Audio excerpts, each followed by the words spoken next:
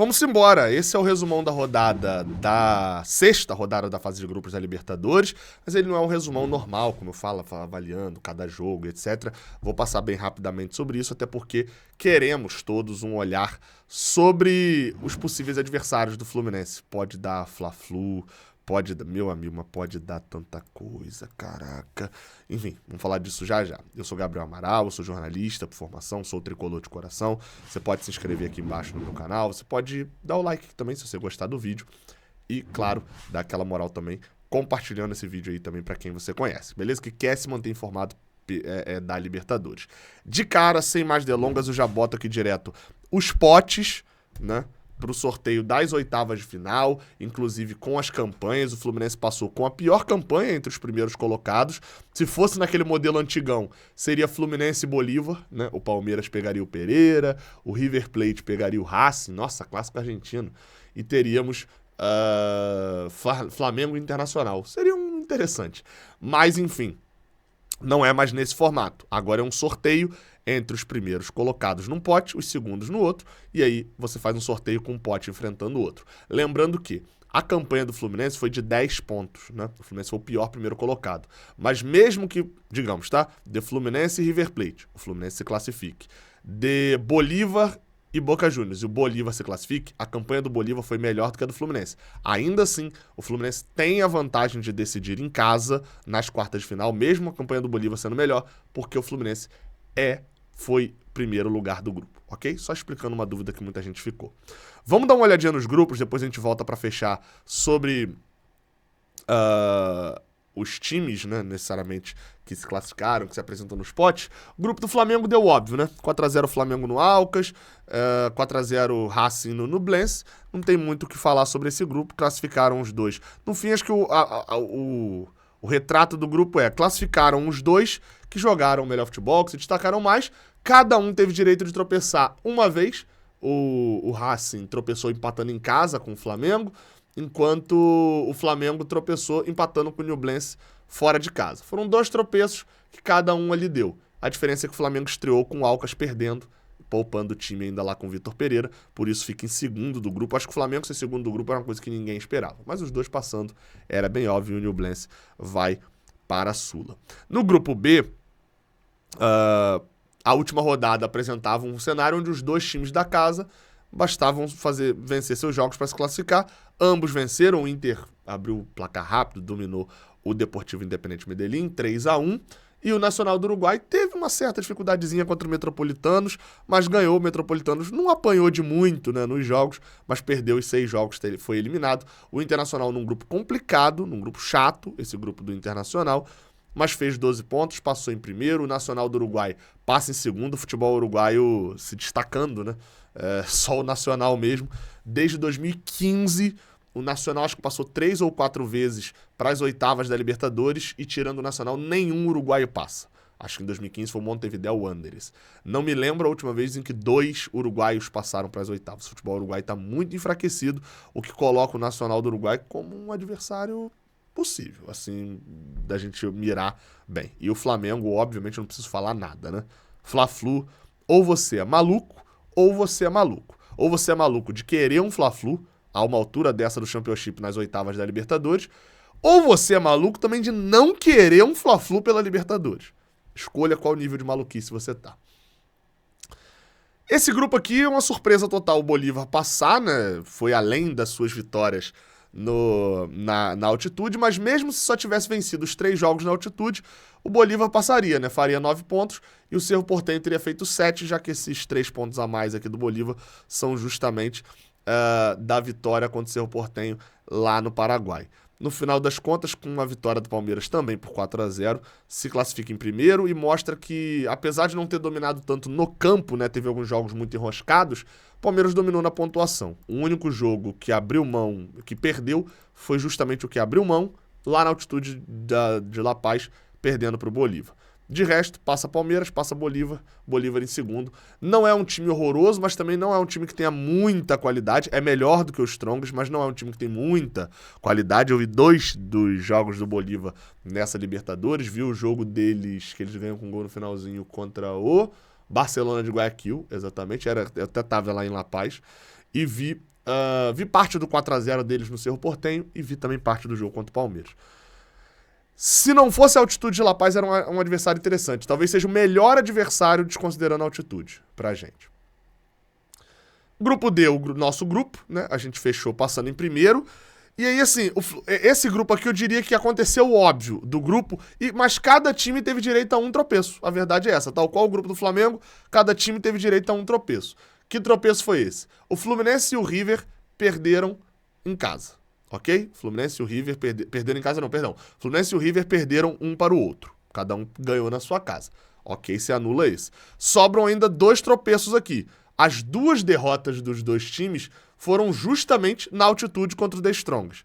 Então, você tira também uma derrota de cada um, porque a parte do Palmeiras também perdeu e etc. Enfim, então você tira essa questão. Sobra um tropeço de empate para cada um. Os 2 empataram com o Sporting Cristal. O Fluminense empatou em casa, o River empatou lá. No final das contas, o que decidiu o grupo foi o saldo de gols aqui no Maracanã. Os 4 gols de diferença que o Fluminense botou no River Plate decidiram o grupo pra gente passar em primeiro. River passa em segundo e pode ser um adversário nosso nas oitavas de final. Não quero pegar. Tá no grupo do que eu não quero pegar, tá? Só lembrando que o sorteio é no próximo dia 5 de julho, tá? Na próxima quarta-feira. Mas os confrontos são lá na reta final, na verdade no início do mês de agosto, tá? Vamos lá, descendo aqui pro grupo E, o grupo em que o Del Valle passou em primeiro, cara, o Corinthians pipocou. O grande jogo desse grupo aqui acabou sendo o grande jogo que resolveu, né? Se nessa última rodada o Del Valle, que foi muito garfado pela arbitragem, conseguiu ganhar o Argentino Júnior numa vitória heróica lá em Quito por 3-2 e passar em primeiro, né? Só valia a decisão do primeiro do grupo. O jogo que acabou definindo o grupo foi a vitória do Del Valle fora de casa contra o Corinthians. E por que eu tô falando isso? Inverte o resultado, bota o Corinthians ganhando do Del Valle. O Corinthians iria 10, o Del Valle iria 9 e a gente teria um grupo muito parecido com o do Internacional. No final das contas, essa pipocada aqui do Corinthians decidiu o grupo e, claro, essa vitória grande do Del Valle fora de casa acabou favorecendo para ficar em primeiro, apesar da pipocada contra o Liverpool fora de casa, né? No fim, Argentino Júnior se apresentou como um time organizado, que os tropeços foram justamente perder em Quito pro Del Valle, empatar em casa contra o Corinthians e empatar fora contra o Liverpool, ou seja, tem tropeços perdoáveis, tem tropeços imperdoáveis, né, como os jogos fora de casa contra o Liverpool, mas se apresenta como um adversário que tem tradição, vai ter estádio cheio, mas tem um time bom, mas assim, é tudo bom só. Não tem nada de espetacular. Não acho que seja o pior adversário para se pegar, mas também não acho que seja o melhor, não. E aqui a gente chega até o grupo das pipocadas, né? O Boca meteu 4-0 no Monagas, resolveu seu serviço rápido, teve um jogador expulso cedo até, mas ainda assim resolveu o serviço. O Monagas depois teve outro expulso, e o Monagas pela primeira vez tomou goleada, né? Tomou 8 gols na fase de grupos, sendo que 4 em 5 jogos, e 4 no último jogo. Sai de cabeça erguida o Monagas. Saiu de cabeça erguida da Libertadores. E já no outro jogo, o Colo-Colo era só... Por que eu chamei de grupo das pipocadas, tá? Por quê? Cadê? Na primeira rodada, o Boca já tinha pipocado contra o Monagas fora. No final das contas, foi o único resultado ruim, assim, do Boca mesmo. Aí você vai pra quarta rodada... O Colo-Colo era só ganhar o Monagas na Venezuela para poder se destacar e se classificar, empata fora de casa, pipoca. Aí o Pereira, que é só ganhar o Monagas fora de casa para poder se classificar, perde pro Monagas fora de casa. E na última rodada, que é só o Colo-Colo ganhar do Pereira para se classificar, empata com o Pereira, passa o Deportivo Pereira da Colômbia. É uma viagem desgastante, é uma viagem longa, tanto que o desempenho deles, esses 8 pontos que o Pereira faz, dos 8 pontos, 7 são em casa, eles empatam com o Colo-Colo na estreia, ganham as outras 2 em casa e perdem as 2 fora de casa, então o mando de campo para eles é forte, mas o time não é isso tudo. Então assim, o Deportivo Pereira é o adversário acessível para o Fluminense classificar. Hoje o cenário que se mostra esse, é o mais acessível. Para fechar os últimos 2 grupos, o Atlético Mineiro foi até Assunção, tomou 1-0, precisava tomar o segundo para poder ser eliminado, conseguiu chegar ao empate e empatou por 1-1. Se tivesse ganhado o jogo, teria uma campanha um pouco melhor. Teve uma questão de um pênalti, se eu não me engano, no final não dado. Eu já estava na transmissão do jogo do Fluminense e não vi mais, vi boa parte do jogo. O Galo passa em segundo, o Atlético Paranaense ganhou seu jogo, passa com uma boa campanha de 13 pontos também. Atlético Mineiro passa em segundo e se apresenta também como um time, tal qual o Flamengo, time brasileiro, time com qualidade. É bom fugir, né? E o Atlético Nacional, que pipocou em casa, cara. Fez uma campanha tão tranquila, o grupo tava todo desenhado pro Olímpia e pro Nacional varrerem o grupo, né? Terem empatado ali entre si, praticamente, né? Não foi exatamente isso que aconteceu, né? O Atlético Nacional e o Melgar empataram com o Olímpia e tal, mas era um grupo daquele que era pro Olímpia fazer 14, o Atlético Nacional fazer 13 e ser um grupo fácil contra Patronato e Melgar. No final das contas, o Atlético Nacional perdeu em casa, no Atanásio Girardot, pro Patronato, e o Patronato foi para a Sul-Americana para enfrentar o Botafogo, por sinal. Enquanto o Olímpia fez o dever de casa no 4-1. O possível adversário do Fluminense é o Atlético Nacional, de Medellín. Não é o mesmo Atlético Nacional que a gente enfrentou em 2019 e meteu 4-1, né, no momento em que eu volto para aquela tabelinha aqui dos sorteios, né, das oitavas de final. Não é aquele mesmo Atlético Nacional, aquele time que é do Autuori. Quer dizer, ainda é o time do Autuori, mas não é aquele time em que a gente enfiou 4-1 e se classificou com uma certa facilidade no Maracanã, mas também não é um bicho-papão. Olhando o pote 2, obviamente a gente faz a análise no dia 30 de junho, para um sorteio que só vai acontecer no dia 5 de julho e um confronto que só vai acontecer na primeira semana de agosto. Muita água vai rolar até lá. Mas, obviamente, eu olho para o pote 2 e eu falo que o Bolívar o time não é tão complicado, mas a altitude, sim, complica demais para um jogo de mata-mata contra um Bolívar que não é horroroso. O Flamengo, eu já falei, é maluquice você querer pegar e é maluquice também você não querer pegar um Fla-Flu agora. O Nacional do Uruguai se apresenta como interessante pelo histórico uruguaio, mas é um time que tem tradição. Eu não vi jogos do Nacional nessa fase de grupos, então não posso falar da técnica do time. Eu falo daquilo que eu posso falar, não tenho medo de falar de times que eu não vi jogo, né? Então eu não sei da técnica, mas o histórico uruguaio tem sido bem ruim recentemente, mas é um time com camisa e com torcida, com estádio que vai ter pressão lá no Parque Central.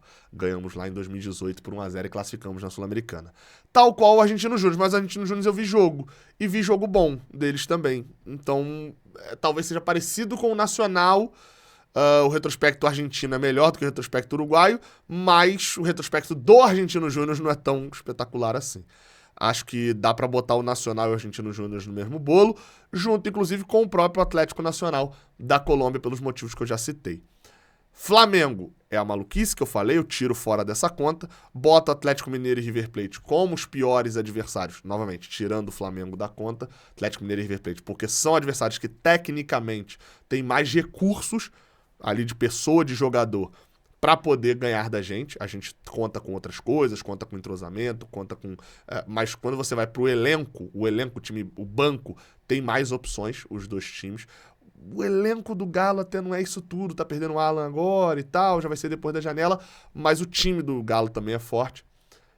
E você tem Deportivo Pereira e Bolívar mais como assim, o grande trunfo sendo o local onde jogam. Acho que dá pra dividir dessa forma. O Flamengo é maluquice, Nacional e Argentino Júnior demonstraram, né, algum futebol. O Nacional não passou num grupo horroroso, passou num grupo que tinha o Medellín, que tem... não era um time horroroso também, né? Trocou tapa com o Internacional, que também é um time bom, que, enfim, vem com uma campanha boa também, no geral, até agora no ano em Brasileirão. Então dá pra colocar Nacional, Argentino Júnior e Atlético Nacional naqueles times que são tradicionais. Provavelmente o Fluminense tem mais qualidade técnica do que eles, mas vão ter um mando de campo chato no sentido de ambiente.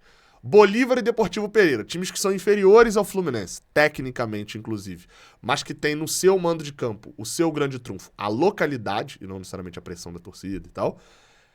Atlético Mineiro e River Plate, como times fortes que estão no pote 2, porque pegaram grupos onde os times que estão no pote 1 fizeram o resultado em alguns momentos. O Atlético e o River começam muito mal a Libertadores, né? Por isso que estão por aqui.